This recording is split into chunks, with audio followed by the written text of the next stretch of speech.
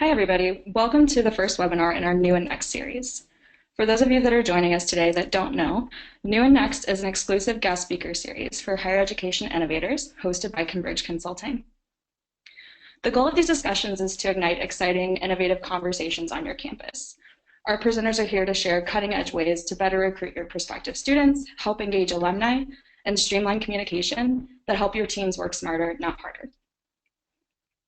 We're thrilled to have presenters and partners from Teamworks Media, Cushman & Wakefield, and Korn Ferry joining us for the live sessions over the next few months. Visit convergeconsulting.org/new-and-next for more details on the schedule and get signed up for the upcoming sessions in November and December. Before we kick things off with our October presenter, Jay Sharman, I have a few housekeeping items to cover with you. We are recording today's live session. We always get that question. So we will be sending out an email in the next few days with the recording and slides for you. Throughout the presentation, make sure you're submitting questions. Jay and I have reserved time at the end to go through a Q&A so we can reply with insights and responses to those questions. Again, we're delighted to have Jay Sharman of Teamworks Media here to present. Without further ado, I'll let Jay take it from here.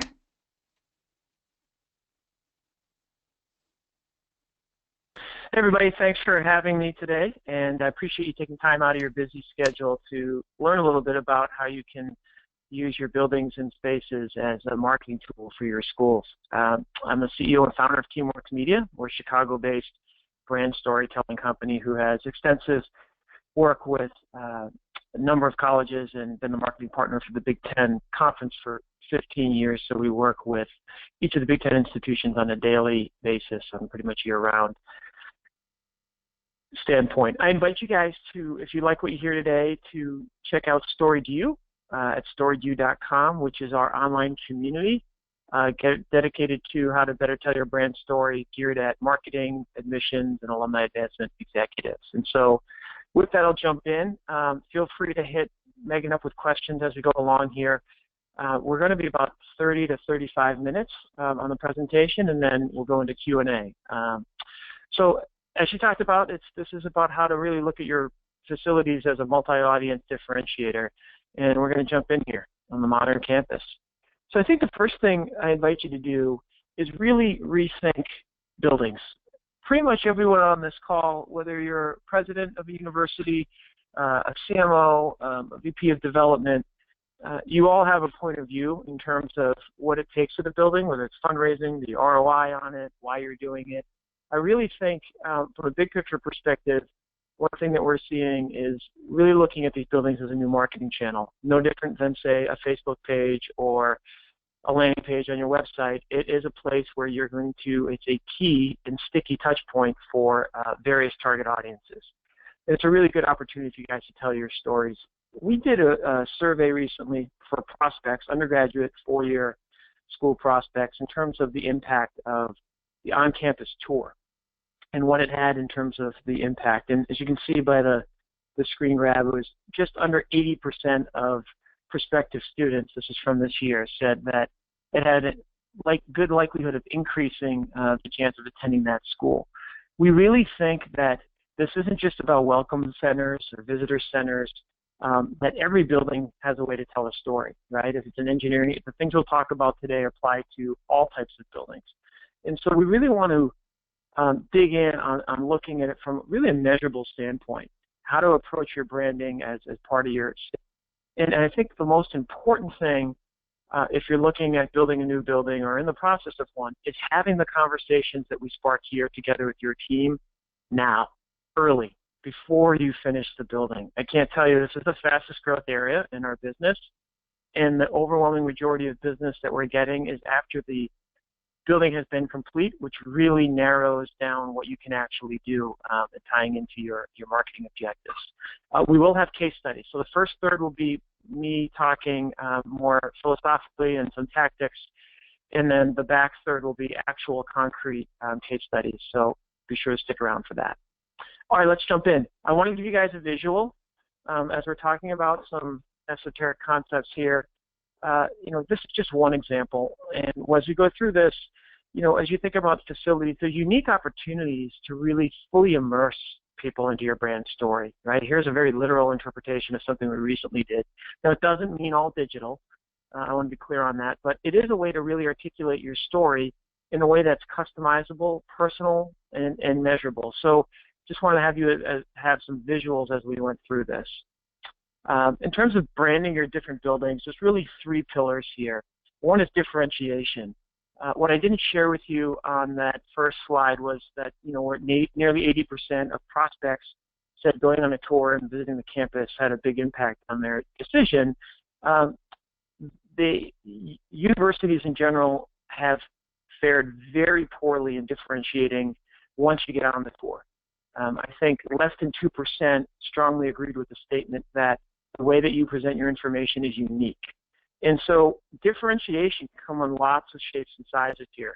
As you can see the stats, you guys know them as well as we do in terms of how many people are visiting, how many of your competitors.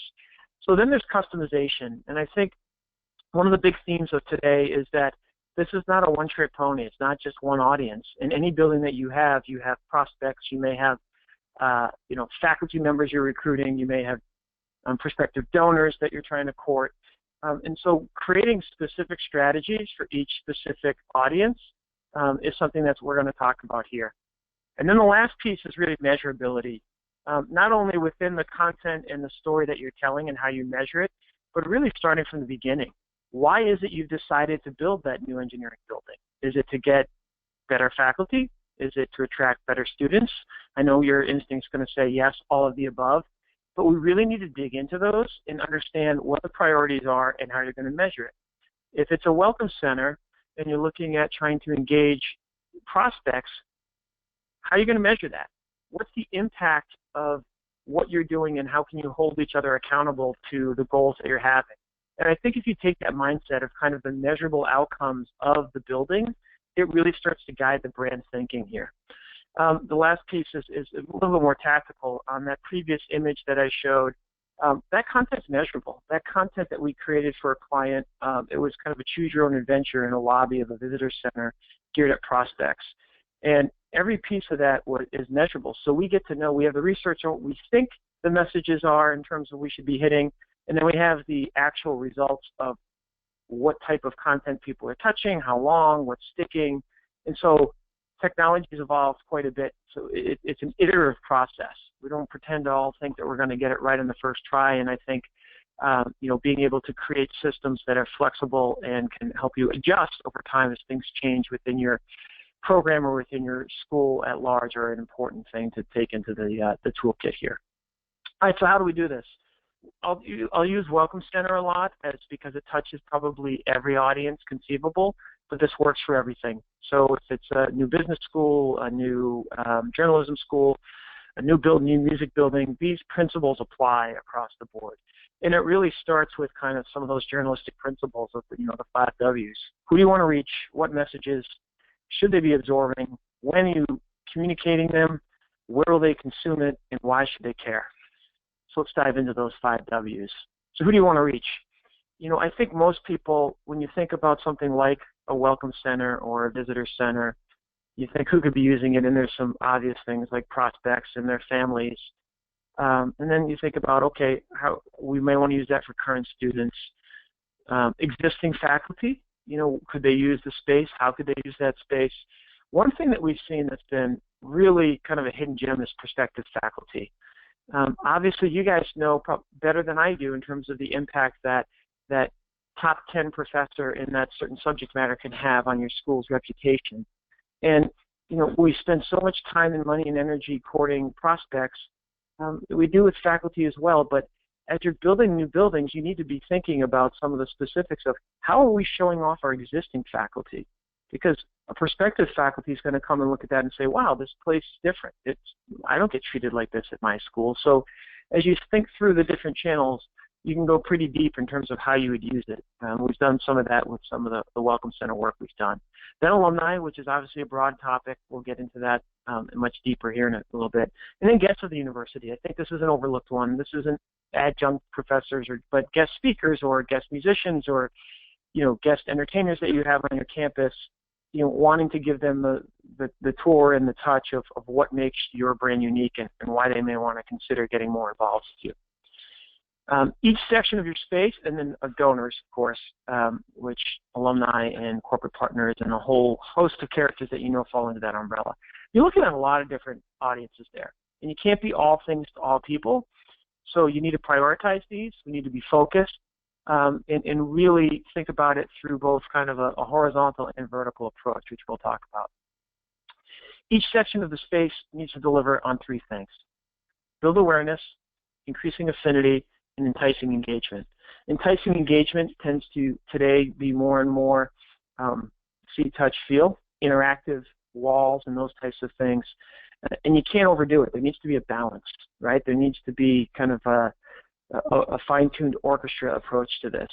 And looking at these three pillars is kind of a good piece to kind of say, frame up your strategic approach in that you can have goals for each one of these buckets.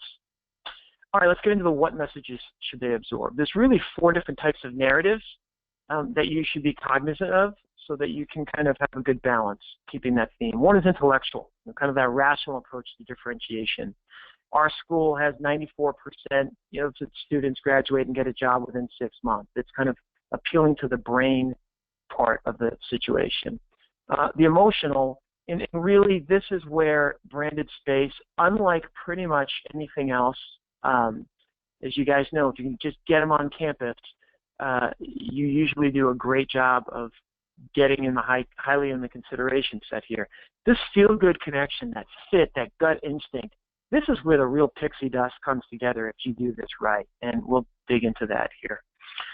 Institutional, these are the foundational elements of your school. Maybe you have Nobel laureate, you have the top-ranked chemistry professor, somebody who came up with a new invention. Your journalism school, the things that fundamentally make your school different from the competition, that institutional narrative. And then ambient, right? That mood and feeling.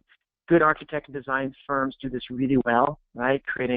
Using light and space and some of the things that many of you probably saw in the New York Times article that Converge sent out about just how that ambiance can lead to actual enhanced learning and all sorts of great side benefits. These are the 4 buckets. These are ingredients.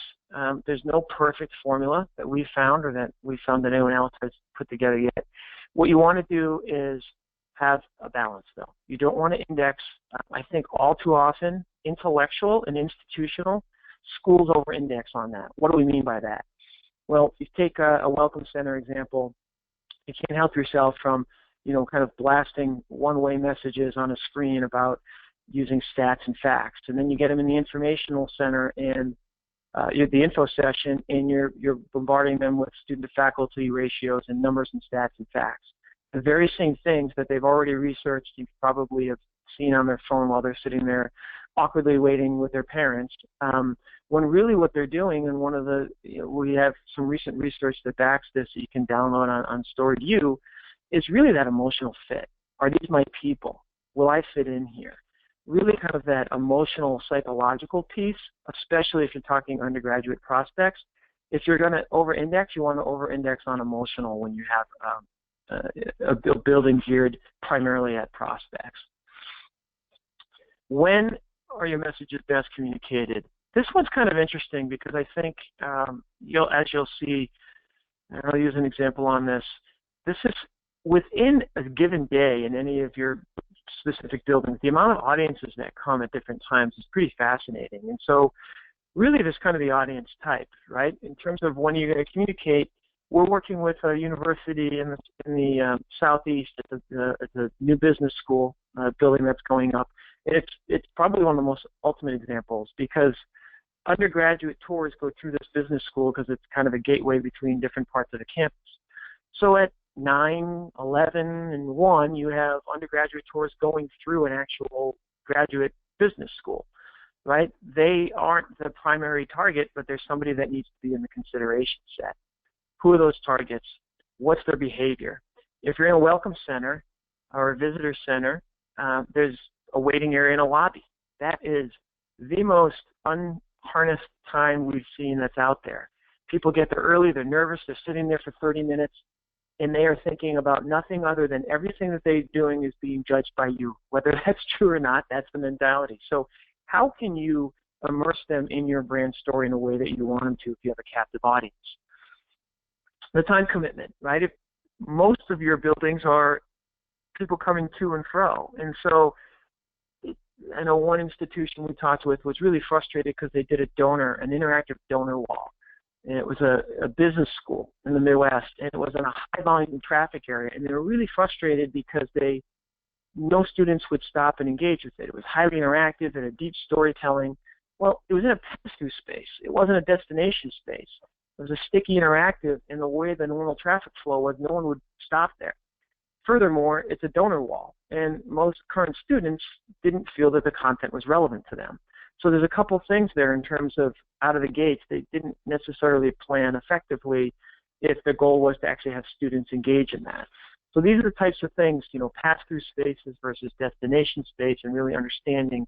It all becomes part of the mix of what type of storytelling and what types of depth of storytelling you're able to do, that engagement level.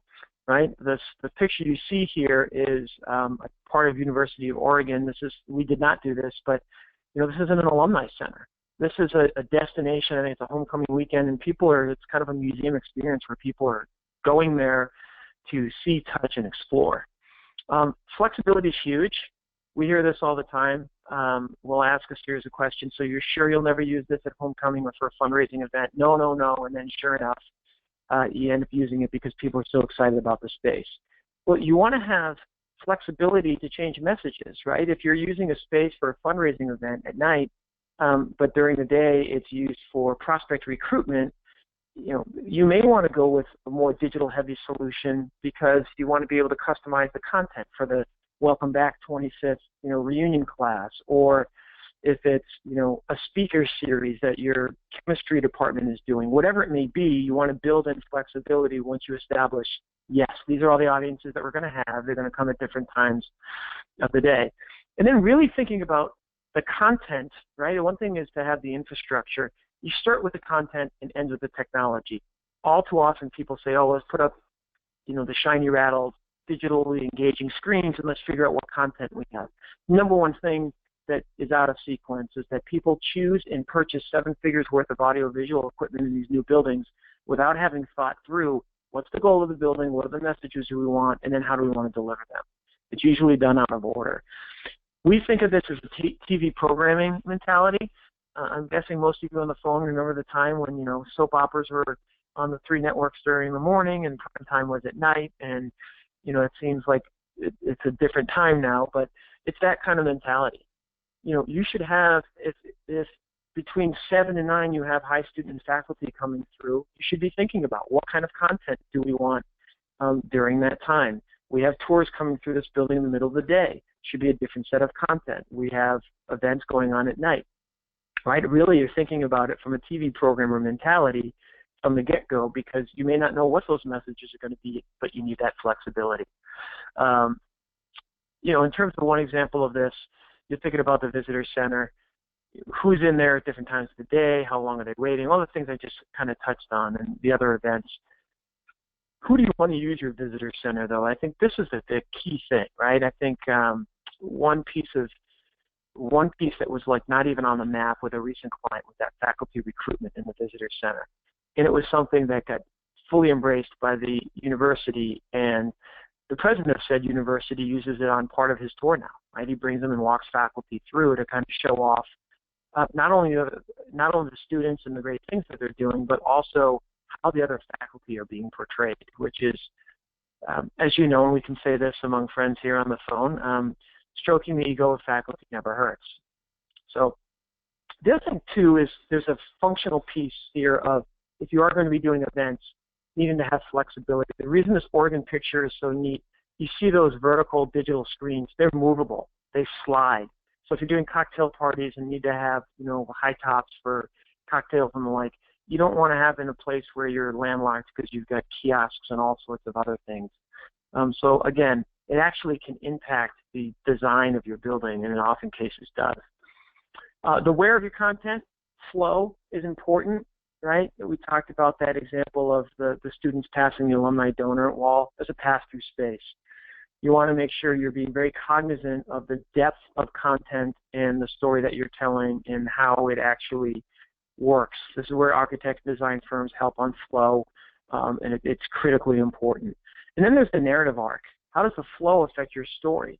All too often, I think people default to the institutional chronological message. You come in and here's a timeline of our history, and you kind of progress down X, Y, and Z. Really, what are the key takeaways that you want people in that building to have?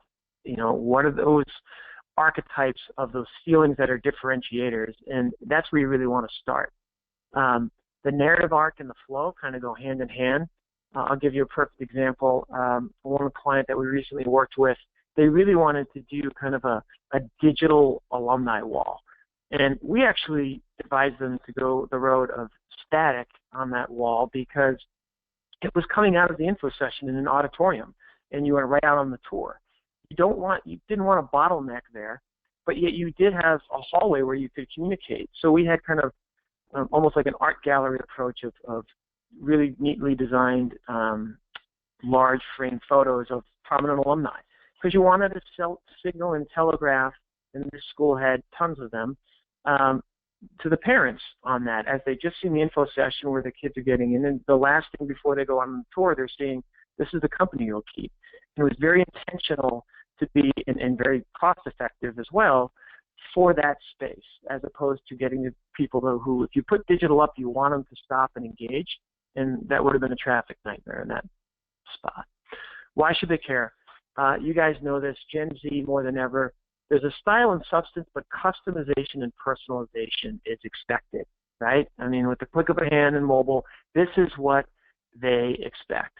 And those who do it, and do it well, and really understand the fact that if all of your content is already available on mobile and they're consuming it, this needs to be looked at as that different marketing channel. How can you make this experiential? How can it be a unique experience for you? And we're going to go through some case studies on that. One of the things, too, is segmenting messages in the same area, right? So a welcome center that we recently did, there's one area that's a 14-minute 4D, highly engaging, beautifully designed screen that's kind of the brand story. And there's ambient audio, but you can pop in or out at any time, and it's geared towards the parents. The 40-foot interactive wall is a choose-your-own adventure that's geared at students. Parents go up and go over the shoulder of the student. The student gets to engage and kind of choose their own journey of the things that algorithmically apply to them. So same general area, two distinct strategies for different audiences in a lobby waiting area. That's what we're talking about in terms of customizing content and the like, and offering that self-selection. So we're going to go into case studies here. So here's one, and we had nothing to do with this. I love using the examples that we didn't do, so I don't want this to come across as us being salesy in any way. So here's Clarkson. Clarkson, as you can see here, they have really an epicenter of a student union, multi-purpose space that has a large television display with really a communal amphitheater type setting.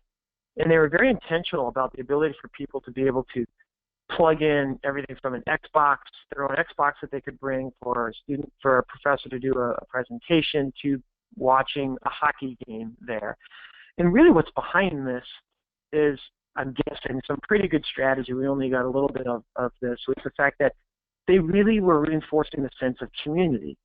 My hunch here is that was one of the things that they were struggling with, was a sense of community and bringing people together. As you can see here, the world's your oyster when you have a space that was specifically designed around helping to foster that. I thought this was pretty interesting, and it was geared at current students. The current student experience was the primary focus of this, with others being secondary to that audience. Prospective students. Northwestern, this is a client of ours. We recently completed a project there. They have an auditorium, and in the auditorium, one of our strategies is, if it's something that everyone needs to know for prospects and parents, it needs to be in your info session. If it's a nice to know or a nice little wink of a unique experience, those are the things you can put in the lobby. Those are kind of the hidden gems that make the experience kind of unique. But this is more broad-based. And so they had a 10 PowerPoint slide, and it was stats and facts.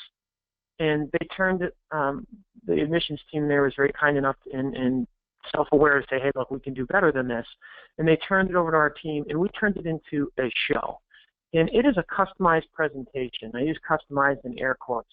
90% of the content for any presenter is the same, but we created a web-based interface where they've got a large screen in the auditorium, and the presenter tells a first-person story all the way down the road of, they're able to track who comes into the Welcome Center on a daily basis and who checked in. And there's a heat map of where people are from around the globe that day, and then they're able to compare it to, what the normal geographic distribution of Northwestern students is, right? So it feels like a unique show that on that day at that time makes you feel special. The other thing that we did is the research, as many of you probably know, shows that prospects and their parents want to see dorm rooms, a classroom, and a dining room. They want to experience it. They also want to know about jobs and safety. Those are really kind of the 5 things that people are coming in aside from financial aid information, which is number 1. Those are kind of the feel things that they're really looking for.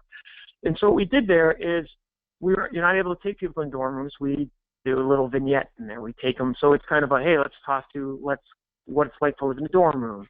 And then, we take them through a day in the life of all the different things that make Northwestern, hosted by students. We have 2 young alumni videos, somebody who works at Google and another prominent company.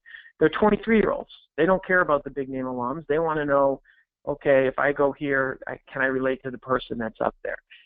This has had a tremendous impact on the generating feel for Northwestern. They're getting fantastic, and we're measuring it. So we're actually measured before this experience. It finished in spring of last year, and at the end of this semester, we're going to be able to measure the impact that this experience has had on prospects and their parents. And we're very confident that Delta will be positive. We've gotten a lot of anecdotal feedback to this point. So again, we're measuring it. We worked with the marketing team there, and we said this is something that we need to do because we need to show that it's actually improving on the previous experience. This is a big investment. Another piece here, and I want to tie in alumni who I've overlooked a little bit here. At the Big Ten conference, they moved into a new building, and they have a headquarters there that we turned into kind of a future-looking museum, if you will. It's called the Big Ten Experience. We didn't want to use the M word. One of the things that we did, though, as you can see on the screen, is we reached out to several prominent alum from each of the Big Ten institutions and asked them to write a personal letter about what it meant to, A, go to their school and be part of the Big Ten, right? This is the Big Ten filter.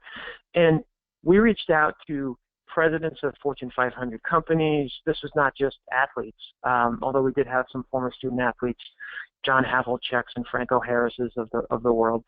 And the letters were amazing.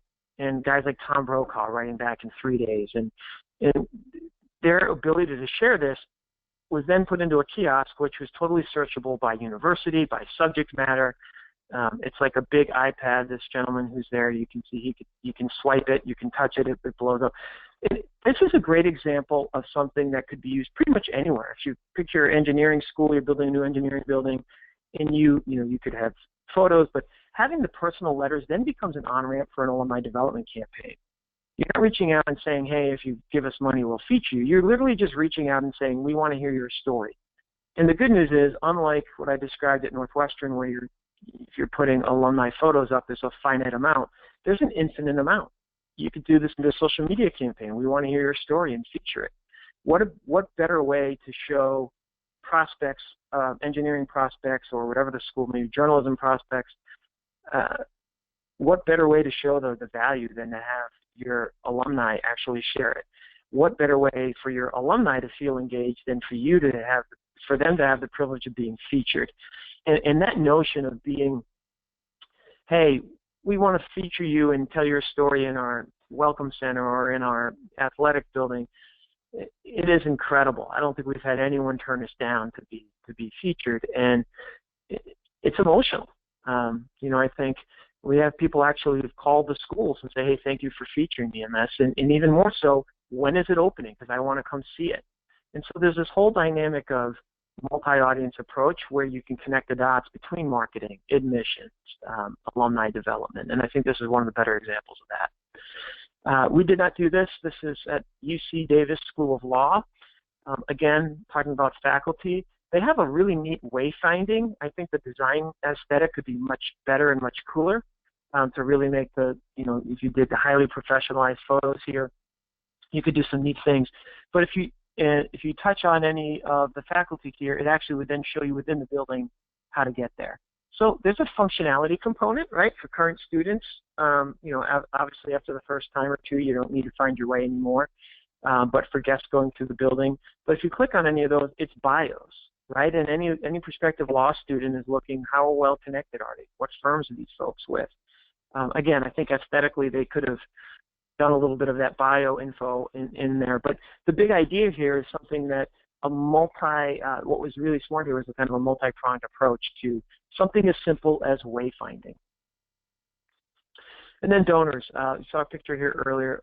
Oregon, thanks to Phil Knight, the founder and chairman of Nike, who has invested a lot of money. This is a pretty cool way to create vibe. I mean, this is their alumni center. It was just state-of-the-art, and it had the movable display, and they actually use it this way. I think the other thing here is sometimes you folks on the other end of the phone here say, yeah, but who's going to do this? This is more stuff on top of a job. It's gotten to the point where if any of you are using WordPress, it's like a Word document in terms of updating this stuff. The content management systems are so simple. In my office, they call them J-proof for me. And it's pretty easy to do. And so after you get the initial architecture in here, it's really not that hard to be able to customize something for a specific event.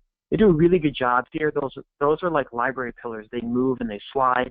And so for different events, they will incorporate that. So there's a different vibe, right? They can do a nighttime event. They can do a booster event before a football game and change the content and change the mood and change the vibe.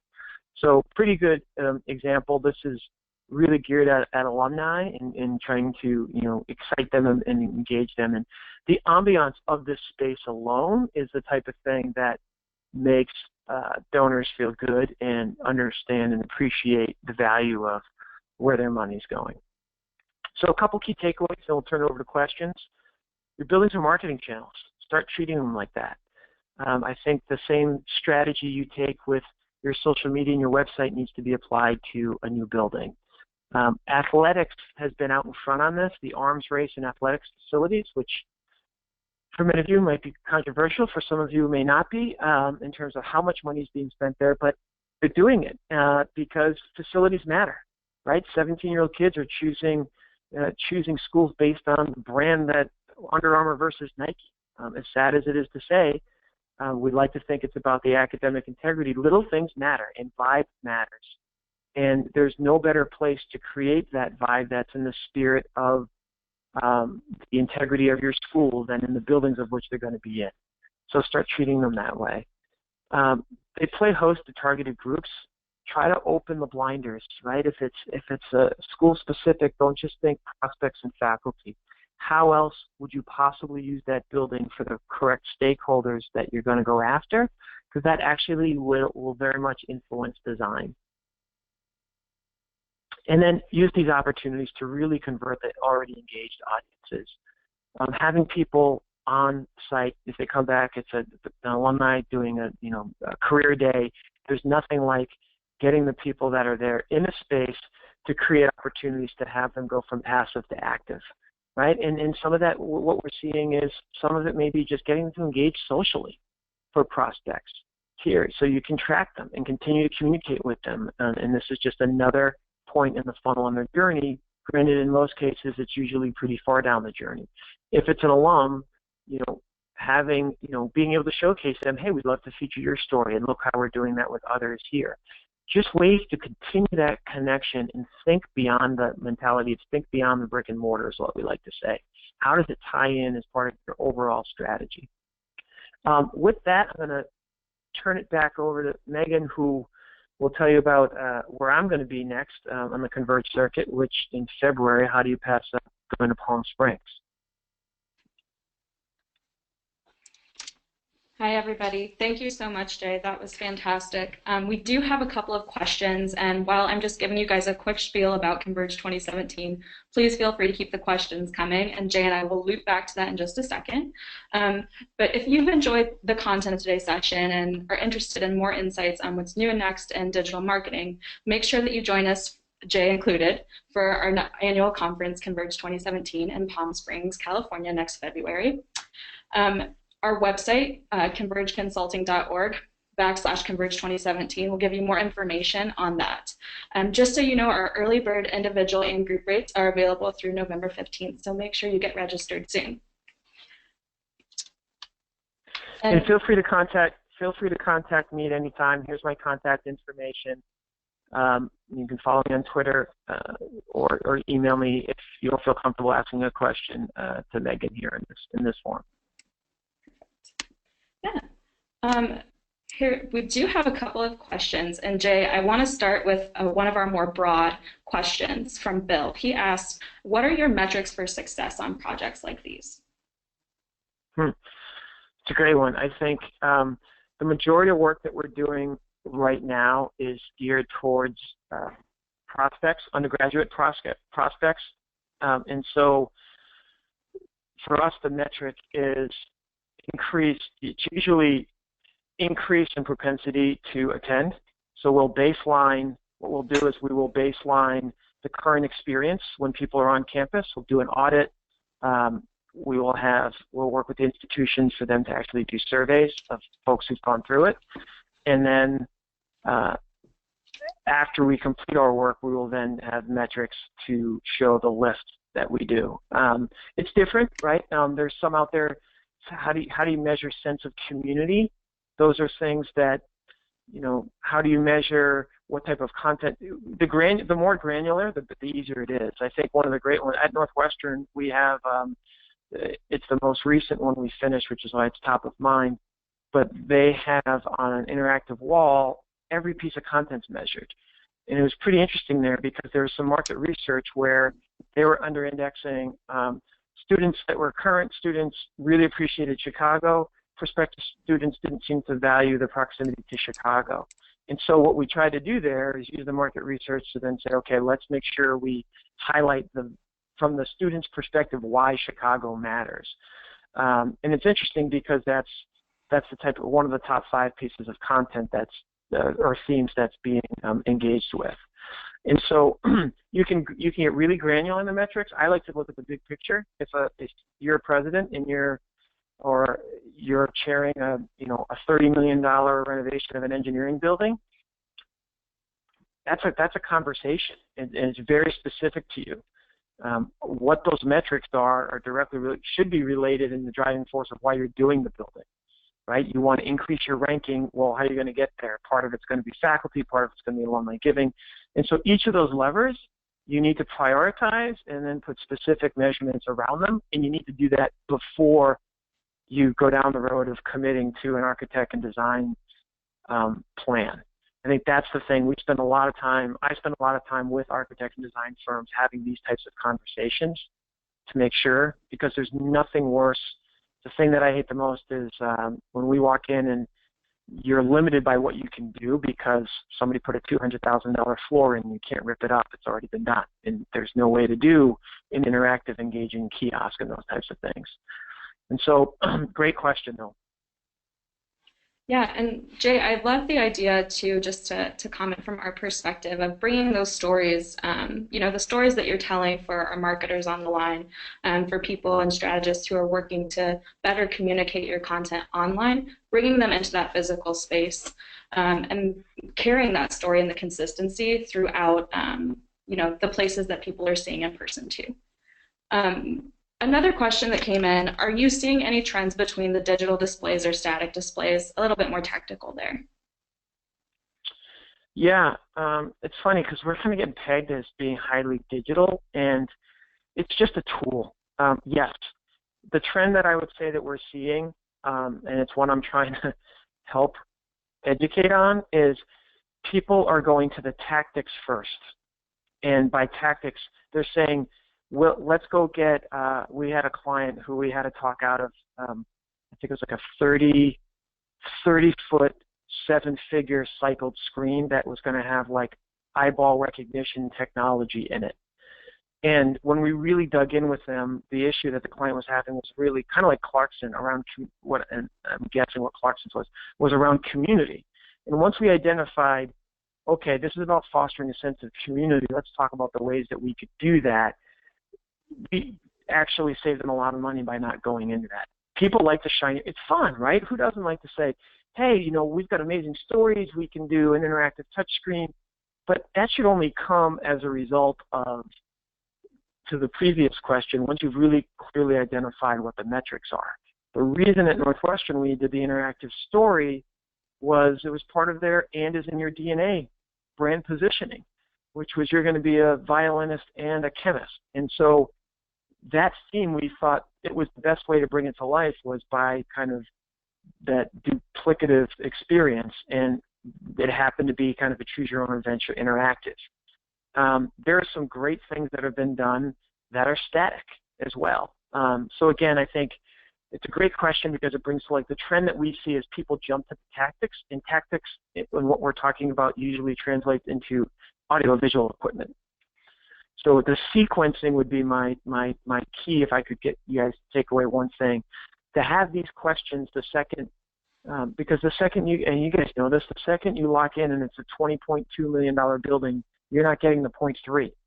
And so this is why these conversations need to happen before even you get to the point of committing, you know, doing your feasibility study and trying to assess what the cost is going to be before you need to raise the funds to do it. Thanks, Jay. And I think we have one last question. And actually, this is really great. Do you think the impact of that physical content and facilities, I know we talked a lot about Gen Z throughout the conversation, visitor centers, a lot of the locations and projects and case studies really do focus on that undergraduate student audience. How do you think that these strategies could be applied to the non-traditional student, to graduate students? What do you think the value is in content marketing through physical space with that audience? Well, I think it's huge. I think there's a couple of areas. I think there's a couple of areas where the dots connect. I think graduate schools, you know, I think what we're seeing is, and I think I wrote about this, about interactive donor walls seem to be something that's emerging that's hot, right? Because it's, hey, let's honor our donor. And like, really, I don't, you know, I don't think those are that effective unless you're just looking at it to wow the person who gave the money. And if that's the metric on it, fantastic. You know, they'll be the judge of that. I think really things like career services centers, right? So if you think of a graduate school and you're doing a tour and somebody's walking through your business school or your law school, they're busy, they're also smart, and they're looking at how they're much more ROI focused. And so think about how could you leverage in a dynamic, visually compelling way the connections that you have with Fortune 500 companies, right? Imagine being able to search a wall, pick a logo on a wall, and there's Google, Facebook, you know, if it's the top 50 law firms in that area or in the world, and you're able to see, hey, here's alumni, and here's who they are, and here's their Twitter following, and so there's all types of things that you can do that speak to the priority of that person, right? Jobs and safety for undergrads are 1 and 2. How are you messaging that? For graduate students, it's job placement. It's ROI. And so how do you bring that to light in a dynamic and engaging way? I think there's all kinds of possibilities to do that. The one that's been a pleasant surprise for us has been faculty recruitment. I think it's just something that there's a way to actually do faculty recruit at the graduate level as well, right? I showed you that UC Law. That if you had a stylized photo shoot and had some fun with that and did some different things to really show off the faculty, you can hit a lot of birds with one stone. Yeah, absolutely. And if anybody on the line was able to attend our CU Denver webinar last month, one thing that Kim Halperin, our guest speaker, had talked about was just the importance of live events coming back full circle for graduate non-traditional students. So offering them the opportunity to visit and having a space like the examples you've shown, Jay, to really give them that story and to continue that story you've had with them online. when they visit campus. So it's great to hear more about that. I would say the last piece I'd say on that, we're seeing quite a few institutions create their own entrepreneurial incubators, which seems to be a hot trend. And people are trying to outdo themselves on the space, right? It's the cool, funky, entrepreneurial, come here and let's go create the next Facebook space, which is awesome. But I think at the end of the day, every school that we go to, the people, you guys are so passionate, and you walk around and you tell us great stories, and you'll say, so-and-so did this, and oh my gosh, this happened. And you turn to them and say, well, where can I find that story? Where does that exist? Where do I see that? And I think that's the mentality that whether you're a business school, a graduate school, you're trying to a programmatic new school, that's the mentality of you guys are the keepers and from a marketing perspective and admission perspective and administration perspective, but you got to imagine that you're not there. And how do you make sure that, no, but we're different. No, but our school is different, right? Because a lot of us are saying a lot of the same things. And what differentiates it when you get them on campus is that tangible, I can relate to this story because, X, Y, and Z. So that's kind of a framework we always like to say when we go there. Love the passion. How do I experience the story you just told me, other than you telling it to me? Because not everyone has the access to you guys. I don't think I can say anything better than that, Jay. I think that rounds out the presentation perfectly. And we want to thank everybody for joining us. Feel free, if we're out of questions in the box, but if you do have follow-up questions, reach out to myself, Meagan at convergeconsulting.org, or Jay directly. We'd be happy to answer any of those. And again, thank you so much for your time today. We appreciate it. Make sure that you join us next month in November for Cushman and Wakefield's presentation, and in December again for Corn Ferry. Thanks, everybody. Thanks, everybody.